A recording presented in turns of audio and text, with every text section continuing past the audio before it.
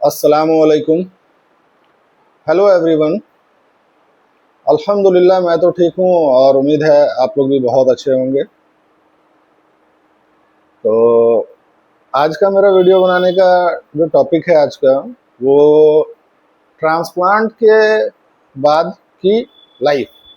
कि ट्रांसप्लांट के बाद आपको डॉक्टर ने क्या सजेस्ट किया कि कैसे आपको रहना है और किस तरह से आपको सफाई का ध्यान रखना है। तो एक नॉर्मल लाइफ की ज़िंदगी अलग होती है और किडनी ट्रांसप्लांट के बाद की लाइफ बहुत ज़्यादा डिफ़िकल्ट और चेंज हो जाती है। तो मैं आज उसी टॉपिक पे आज मैं वीडियो बनाने जा रहा हूँ। तो जब मेरी डिस्चार्ज हुई, तो फादर की तो डिस्चार्ज 4 डेज़ में हो गई थी। तो फादर तो डॉक्टर का कहना था कि आप मतलब जिस भी घर में रहेंगे या जो भी रूम में रहेंगे, तो वो साफ़ सफाई होना चाहिए, नीट एंड क्लीन होना चाहिए। डस्ट सबसे बड़ा किडनी ट्रांसप्लांट का जो बचना है आपको, और लाइफ टाइम, ये नहीं कि कुछ दिनों के लिए, नहीं, पूरी ज़िंदगी आपको बचना है तो वो डस्ट से बचना है। क्योंकि डस्ट से बचना, ये रीज़न है कि डस्ट सबसे बड़ा दुश्मन है किडनी का। बाकी पॉल्यूशन थोड़ा बहुत मैनेज हो सकता है, लेकिन डस्ट जो होता है ना, वो बहुत ही मतलब किडनी के लिए बहुत ख़तरनाक है। तो डॉक्टर का कहना था कि साफ़ सुथरा जगह चाहिए, आपको स्पेस चाहिए, और रेसिपेंट और डोनर दोनों के लिए अलग अलग रूम चाहिए, एक रूम में नहीं रह सकते हैं। तो चलिए मैं वीडियो स्टार्ट करता हूँ आगे कि क्या क्या मैंने फॉलो किया, वो मैं आज आपसे शेयर करता हूँ। तो अब देखिए होता क्या है कि अब आप जिस शहर में किडनी ट्रांसप्लांट करा रहे हैं, आप जिस शहर में रह रहे हैं या जहाँ भी आप ट्रांसप्लांट करा रहे हैं, तो आपको वहाँ किडनी ट्रांसप्लांट के बाद 2 से 3 महीना डॉक्टर स्टे करने के लिए बोलता है। क्योंकि आप डॉक्टर के नज़र में रहते हैं, ट्रीटमेंट में रहते हैं, वो आपको सजेस्ट करते हैं। स्टार्टिंग में आपको डॉक्टर का मतलब 1 से 2 दिन में आपको डॉक्टर के पास जाना होता है, विज़िट करना होता है। तो ये सब चीज़ होता है, तो जिस कारण कि आप अगर लॉन्ग डिस्टेंस में हैं, मान लिया ट्रांसप्लांट हुआ मेरा हैदराबाद में, मेरा घर है बिहार मुंगेर, तो जाहिर सी बात है 2000 किलोमीटर का डिस्टेंस है अप्रॉक्स। तो 2000 किलोमीटर का डिस्टेंस, ऐसा तो नहीं है कि मैं 2 दिन में हर 2 दिन में मैं हैदराबाद, बिहार से हैदराबाद जा पाऊंगा, पॉसिबिलिटी नहीं है। तो मेरे लिए ये क्या था, और जो हैदराबाद में रह रहे हैं या जिस शहर में जिनका ट्रांसप्लांट हो रहा है किडनी का या अदर ऑर्गन का, जिसका भी, तो उनको क्या है कि अगर वो कोई हैदराबाद के हैं तो हैदराबाद में ही अपना घर है उनका, तो वो उनको कोई प्रॉब्लम नहीं है। लेकिन अगर कोई दूर से जाके ट्रांसप्लांट करा रहा है, जैसे मैं गया था, 2000 किलोमीटर दूर है बिहार मुंगेर शहर, हैदराबाद जाने में 2000 किलोमीटर का रास्ता है। तो मेरे साथ एक ये प्रॉब्लम था कि मैं हैदराबाद में, मेरा कोई जानने वाला था नहीं, ना ही कोई अपने थे। तो मुझे क्या था कि एक वहाँ 2-3 महीना रहना था। तो पहले तो स्टार्टिंग में मैं गया था ट्रीटमेंट के लिए, तो मैं तो होटल में रह रहा था। तो 1 मंथ मैंने होटल में रहा। उसके बाद डॉक्टर का कहना था कि ट्रांसप्लांट के बाद आपको 2 से 3 महीना रुकना है। मुझे ये सब पता नहीं था कि इतना लंबा टाइम लगेगा। मुझे लगा ट्रांसप्लांट होगा और उसके बाद हम लोग फ्री हो जाएंगे। पहले तो हम लोग ट्रीटमेंट कराने गए थे कि दवाई से ही ठीक हो जाएंगे, बट जब ट्रांसप्लांट की बात हुई तो फिर हम लोगों का प्लानिंग चेंज हुआ, जैसा जैसा डॉक्टर ने कहा। तो फिर हम लोगों ने एक रूम ढूंढा, बहुत मुश्किल से रूम मिला, और वो जगह था हैदराबाद में ही आपका, मेरा हॉस्पिटल से और मतलब फ्लाइट का डिस्टेंस था अप्रॉक्स 10 किलोमीटर, 10 किलोमीटर के अंदर मेरा हॉस्पिटल और रूम का डिस्टेंस था। तो अब क्या था कि हॉस्पिटल के पास रूम बहुत ज़्यादा कॉस्टली थी, अप्रॉक्स 50,000 प्लस, क्योंकि हाईटेक सिटी है, बड़ा शहर है, और वहाँ का रेंट वगैरह बहुत महंगा महंगा शहर है, नो डाउट। तो मामला था कि 10 किलोमीटर डिस्टेंस लेने का रीज़न यही था कि अब इतनी खर्च हो रही है तो कुछ तो बचा लें, जहाँ तक बचा सकते हैं। तो हम लोग 10 किलोमीटर जो दूर गए, तो वहाँ पे हम लोगों को बहुत मुश्किल से पूछते पूछते, लोगों से जानकारी लेते लेते, क्योंकि होटल महंगा पड़ रहा था, पर डे 2000 रुपये का होटल था, पर डे 2000 रुपये उसमें खर्च हो रहा था। तो 50 से 60 हज़ार रुपये होटल में जा रहा था मंथली। तो हम लोगों ने जो रूम लिया, तो वहाँ है कि रूम मिल नहीं रहा था बहुत मुश्किल से। मिला रूम, तो एक रूम मिला, वो भी समझिए कि बहुत मुश्किल से मिलने के बाद वो 5th फ्लोर पे था। तो 5th फ्लोर पे था, तो अब उतना ऊपर है, तो मैंने पूछा लिफ्ट, तो बोले हाँ लिफ्ट की फैसिलिटी है। तो जब लिफ्ट की फैसिलिटी थी तो बेटर था, लेकिन लिफ्ट भी था तो 4th फ्लोर तक ही था। 4th फ्लोर तक आपका लिफ्ट था और एक फ्लोर आप चल के जाना था आपको। तो फिर भी चलिए, ज़रूरत था, मजबूरी थी तो लेना ही था।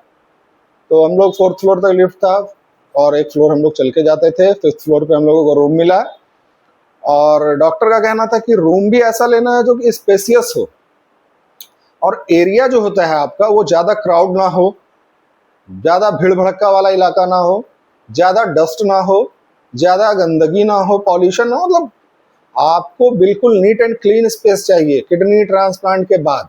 पहले तो चलिए ठीक है, चल रहा था नॉर्मल लाइफ आपका, तो अब नीट एंड क्लीन जगह भी खोजना पड़ा, तो उसमें परेशानी हुई, लेकिन अल्लाह का शुक्र है मिल गया।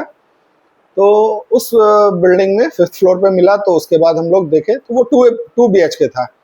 हम लोग चाहते तो 1 BHK भी ले सकते थे, लेकिन 2 BHK लेने का रीज़न ये था कि मेरे फादर डोनर थे, तो उनका एक अलग रूम होना चाहिए। मैं रेसिपेंट था, तो मुझे एक अलग रूम चाहिए था। तो जिस कारण मुझे, और प्लस जो हम लोगों के फैमिली से जो मेंबर गए हुए थे, क्योंकि और भी लोग थे, तो हम लोगों को 2 BHK लेना पड़ा, जिस कारण, और वहाँ का रेंट समझिए ना कि वही 25,000 के आसपास रेंट था वहाँ का। मोटा मोटी 25 से 30,000 खर्च हो जाता था मंथली सिर्फ रहने और वहाँ का मेंटेनेंस में।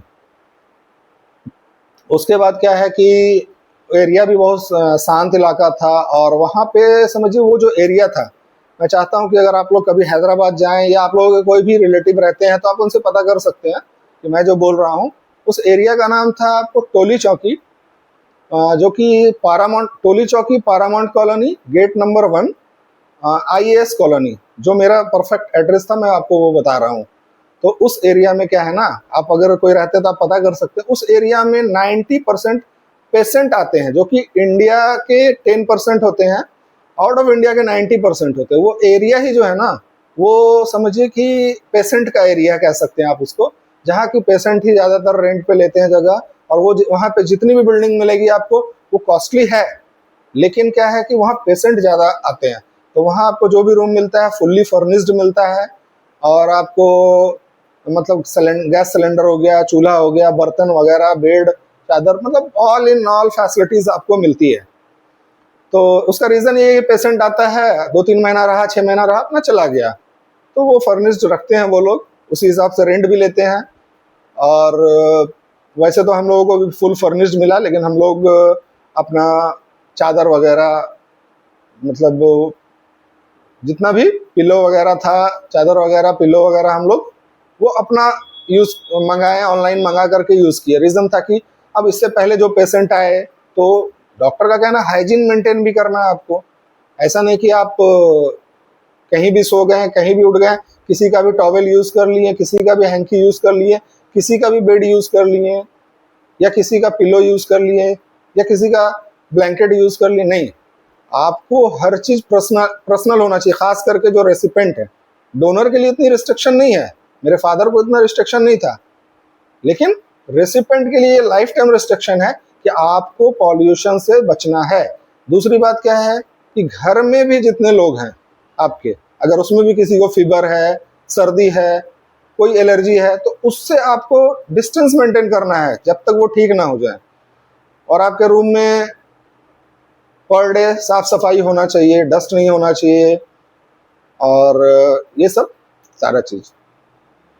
तो हम लोगों ने उसी हिसाब से, उनका डॉक्टर ने जो कहा वो फॉलो किया, जैसे जैसे उन्होंने बुलाया हम लोग गए। तो परेशानी होती है, लेकिन क्या कर सकते हैं, जब आपको करना है तो करना है।